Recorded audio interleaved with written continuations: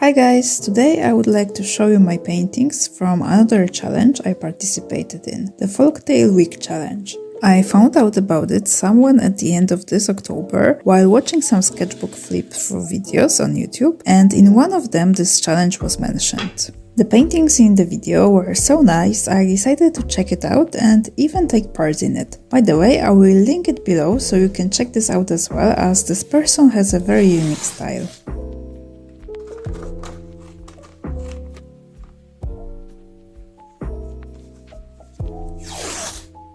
This challenge is only a week long and prompts are given in advance, so I was able to paint them all a week in advance. As the name says, it is about creating illustrations inspired by folk tales and fables. And this is so out of my comfort zone, I thought it would be interesting. I used some folktale references, but basically I made a little story by myself, as rules of this challenge are very liberal. For materials, I decided to use gouache paints and my current sketchbook. This sketchbook is not the best for gouache if you want to use a lot of water. I had some issues with it, but overall it was alright. So my story is about the black cat, the detective, who is on a quest to find unicorns. And the reason is that most cats from his village got a very mysterious illness that they don't know how to heal. Since unicorn tears are known to cure all illnesses, the black cat didn't think twice and went on a mission to find them and save the cat village. This is the basis of my story. The first day prompt was Mist, and when I think about Mist, my first thought is a story of Sherlock Holmes and the Hound of Baskerville. I know it is not a folktale, but I'm treating my own story as a tale for this challenge, so I loosely went with this idea. I read it a long time ago, and I'm not even sure if this is how it was in the book, but I think there were some scenes where Holmes was walking on the misty Heather Moor and there was the hound somewhere. I have this image in my head, and this is what inspired this scene. There is no hound, but there is a heath, and our character, Cat the Detective, is crossing it. Suddenly, he sees a glow and a silhouette of the unicorn. It quickly disappears in the mist, but this cat is a detective, so he will look for clues and follow it. I just realized that my idea for Cat the Detective might also come from Sherlock Holmes and other detective stories, as I like those a lot. I had some troubles with painting the mist. Firstly, I am not that good with color mixing gouache. I find it much easier with watercolors. With gouache I feel like I'm wasting a lot of paint while trying to mix the color that I want. And my colors started as too saturated. I wanted the illustration to be in violet shade, but it was also supposed to be misty and mysterious. But I remembered that I should add the opposite color from the color wheel to mute the violet, so after adding some yellow, it was more what I wanted. Since I was trying to make soft gradients, I had to use more water, and this paper handled it very badly. In the middle, it started to lose its integrity, unfortunately, and I couldn't work on it any longer. Overall, it could be better on the real watercolor paper, but in general, I love this illustration.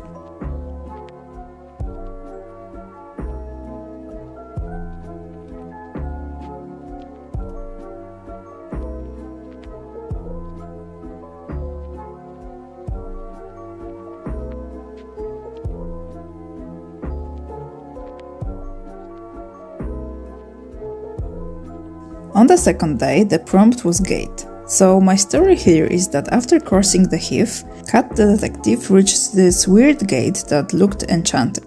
He heard some noise above it and noticed that there is a Cheshire cat sitting there and smiling at him. This is of course Alice in Wonderland reference. I really like this smiling cat motif and wanted to include it there, although it doesn't really meet the fable criteria.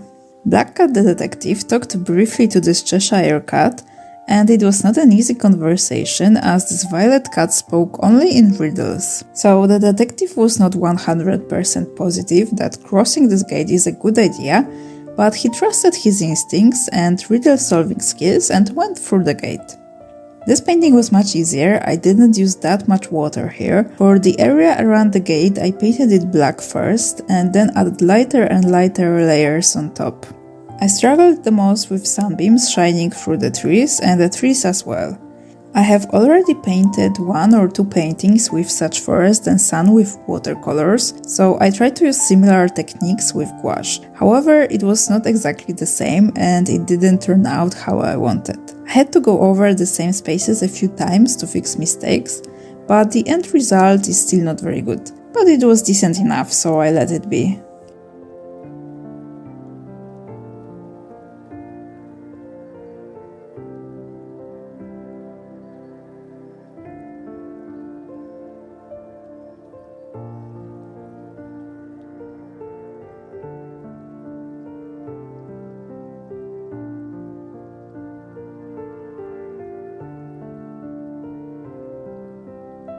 The third prompt was Blight.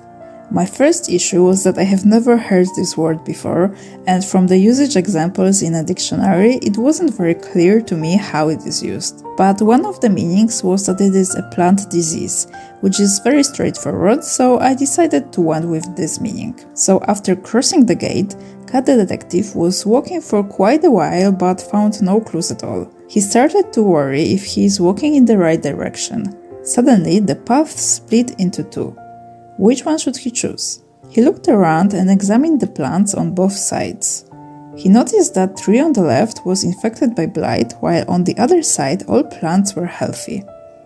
It must have been a sign that unicorn went right, as otherwise the tree on the left would be cured. With this painting, I didn't have any issues, although I realized that I cannot paint trees at all. The tree on the left turned out quite decent, but the one on the right looks very generic and not interesting. I really have to work more on observing and drawing trees in the future.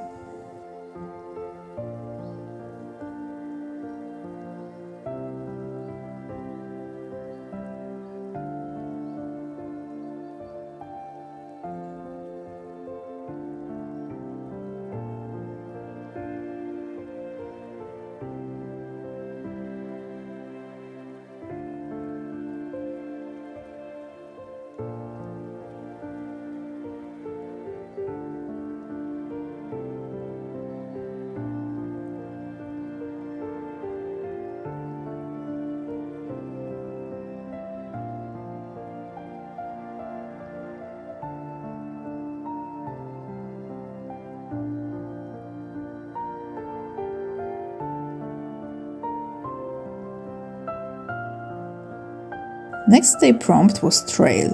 Black Cat detective kept walking and walking, but the trail was endless. He started to lose hope if he chose the right direction.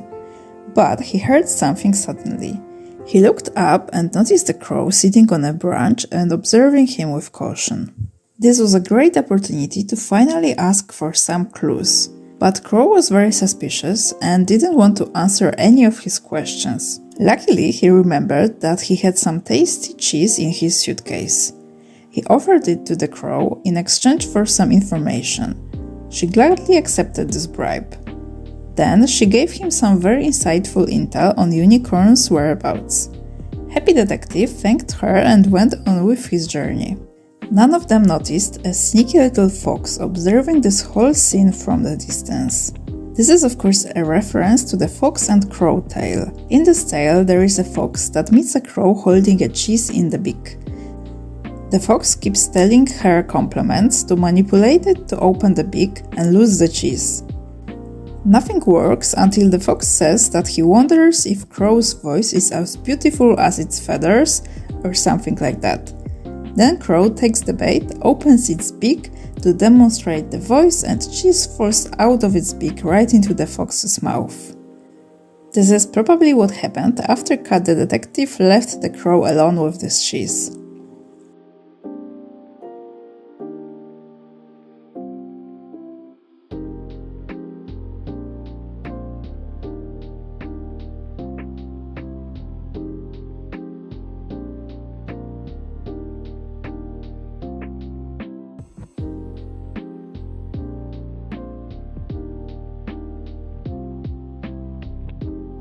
On day 5, the prompt was depth, so my immediate thought was something connected to the sea.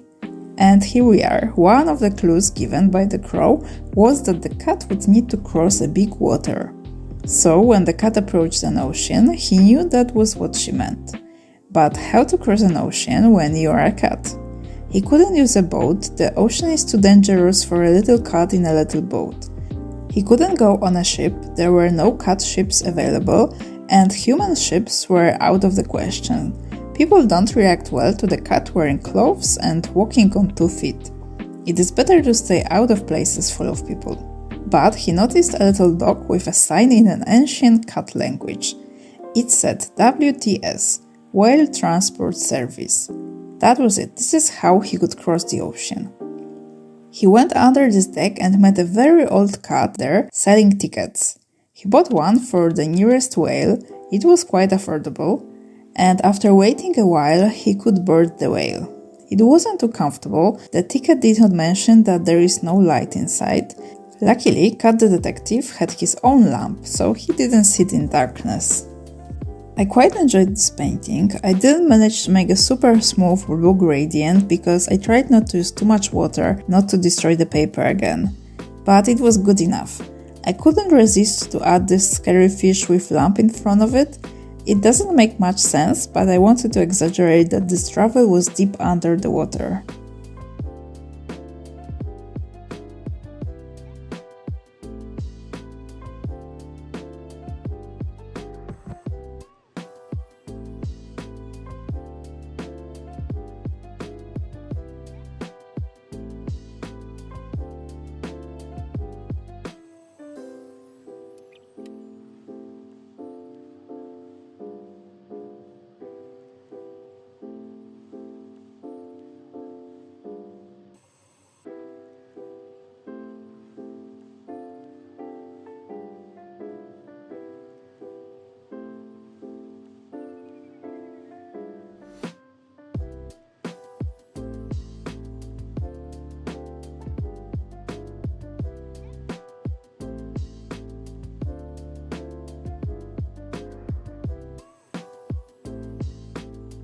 On day 6, the prompt was Bone. Our cat arrived to the shore and left the whale.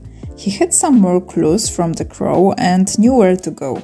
Very soon he noticed something shiny on a nearby tree. He went closer to examine it and realized that this was a unicorn horn. It was inspired by deer losing their antlers, although I'm pretty sure unicorn stories never mention that, at least I haven't found any info about it. But since they don't exist anyway, I invented my own folktale. I wanted it to be still glowing, as I imagined that this glow would degrade with time, so it indicates that this horn was lost not long ago and the unicorns are near. And this glow was so difficult to paint. I knew it would never look realistic, so I was not going for it, but painting just lines was not matching this style. I wanted it to be more blended. It would probably be easier on thicker paper where I could use more water and blend those edges more.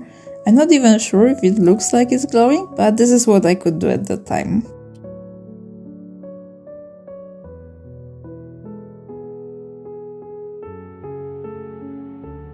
And the last day of the challenge. The prompt was blossom, so I thought about this word in 2 meanings. The first meaning is literal, I painted the blossoming heathers, and for some reason the unicorns in this story love the heathers. And less direct meaning was that finding this whole herd of unicorns was like finding fresh blossoms on trees in spring. So the unicorns are blossoms here. I don't know if that makes sense to you. So our cat detective is standing on a hill and looking at them. They also notice him but are not running away as they are aware of the journey he made and its purpose. They want to help him but he needed to prove he is worthy first. So the whole journey was a trial for the cat and in the end the unicorns let him find themselves and gather their tears. So the story is with a happy ending. The cat village gets healed from this unknown illness. I made the whole unicorns emit glow, not just their horns. I still didn't know how to do this, but I guess it looks more or less like they are glowing. I didn't plan to paint the sky at all, but finally decided that this is too empty and painted a very easy sky. I like this stripy effect. I made it rather by accident, but it turned out alright. And those are all of the paintings for the Folktale Week challenge. It truly was challenging, as I had to get out of my comfort zone with my style, as I don't make many illustrations and I have never made such tale illustrations. I also had to invent a story. Well, I didn't have to, but I thought it would be more interesting if all pictures would be connected to each other this way and tell a complete story instead of random illustrations. Let me know what you think, if you like the story and the pictures. Don't forget to leave a like and see you in the next video. Bye bye!